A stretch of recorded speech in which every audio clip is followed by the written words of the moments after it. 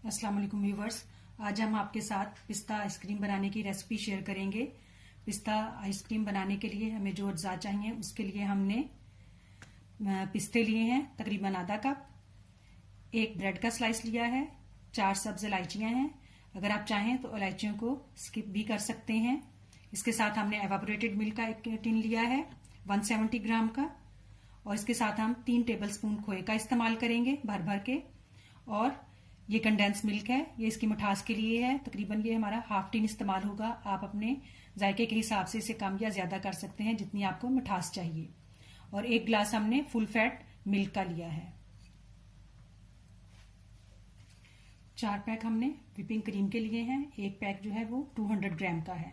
और इसके साथ हम 2 से 3 चुटकी जो है वो सब्ज रंग का इस्तेमाल करेंगे, जो पिस्ता आइसक्रीम का कलर होता है वो लाने के लिए।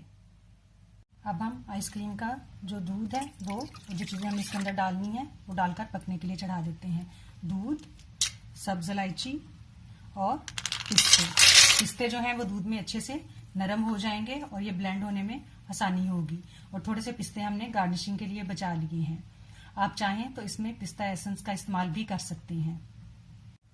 दूध को पकते हुए तकरीबन 10 से 15 मिनट हो चुके हैं। अब हमने इसकी आंच थोड़ी सी हल्की कर ली है। अब हम इसके अंदर एवापोरेटेड मिल्क जो है इसका टिन डाल देंगे और साथ साथ चमचा चलाते रहेंगे। ये 170 ग्राम और 160 ml था जो हमने इसमें डाला है। अब हम इसके अंदर खोया डालेंगे। अभी आंच हल्की ही है, इसी आंच पर हम इसके अंदर खोया जो है 2 से 3 टेबलस्पून वो डाल देंगे। अब हम इसे इसके साथ अच्छी तरह से मिक्स करके पकाएंगे ताकि खोया जो है इसके अंदर अच्छे से यकजान हो जाए।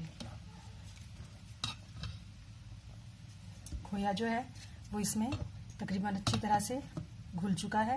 अब हम इसी मुकाम पर जो एक ब्रेड का स्लाइस है वो भी डाल देंगे और इसको 1 से 2 मिनट के लिए पकाकर चूल्हा बंद कर देंगे और फिर इसे ठंडा करेंगे। इसे पकते हुए तकरीबन 1 मिनट हो गया है। अब हमने इसका चूल्हा बंद कर दिया और ब्रेड जो है वो भी फूल गई है और ये भी बिल्कुल नरम हो गई है। अब हम इसे ठंडा करके फ्रिज में रख देंगे और जब ये अच्छी तरह से ठंडा हो जाएगा 1 से 2 घंटे के बाद फिर हम इसे बाकी व्हिप क्रीम के साथ मिक्स करेंगे और तब हम इसकी चीनी जो है जो मिठास है वो चखेंगे। हमने इसमें चीनी का बिल्कुल भी इस्तेमाल नहीं किया और हमें जो भी मीठा चाहिए होगा उसके लिए हम कंडेंस मिल्क हमने जो लिया था हम उसका इस्तेमाल करेंगे जितनी हमें ज़रूरत होगी। हमारे इस मिक्सर को फ्रिज में रखे हुए तकरीबन 2 से 2.5 घंटे हो चुके हैं। वही ब्रेड जो है वो भी अंदर फूल गई है, मिक्सर भी अच्छा ठंडा हो गया है। अब हम इसे ब्लेंडर में डालकर तकरीबन 40 से 50 सेकंड के लिए ब्लेंड कर लेंगे।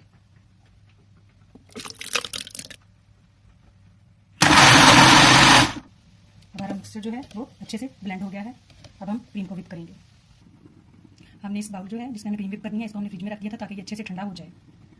अब हम बाउल में क्रीम डाल लेंगे। बाउल जो है वो खुश्क और ठंडा है और क्रीम भी ठंडी है।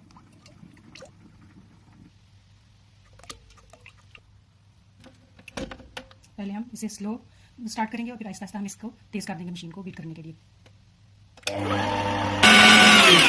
हमारी क्रीम जो है वो व्हिप हो चुकी है।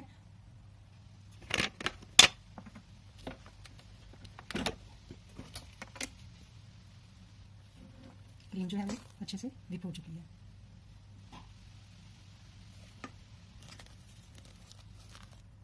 अब हम इसमें 4 से 5 चम्मच जो है वो कंडेंस मिल्क शामिल कर लेंगे क्योंकि हमने इसमें चीनी शामिल नहीं की।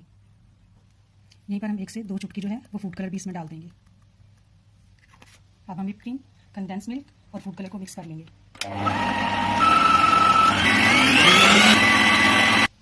अब हम इस मिक्सचर को जो हमने तैयार किया था इसको हम इस व्हिप की हुई क्रीम के अंदर डालेंगे और हल्के हल्के इसको मिक्स करते जाएंगे।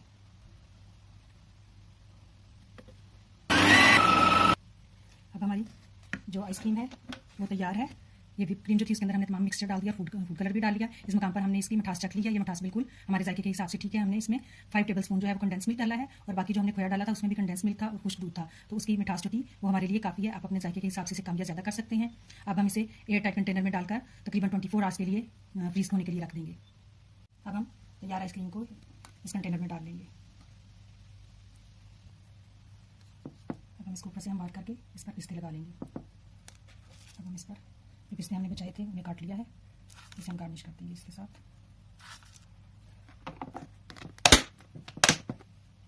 हम इसे फ्रीजर में रख देंगे। हमारी आइसक्रीम जो है वो तैयार है। इसे फ्रिज में रखे हुए तकरीबन 30 से 32 घंटे हो चुके हैं। अभी भी अगर इसका टेक्सचर चेक किया जाए तो ये काफी नरम है कि नाइफ जो है वो इसके अंदर जा रही है। उम्मीद है कि आपको हमारी ये रेसिपी पसंद आएगी। शुक्रिया।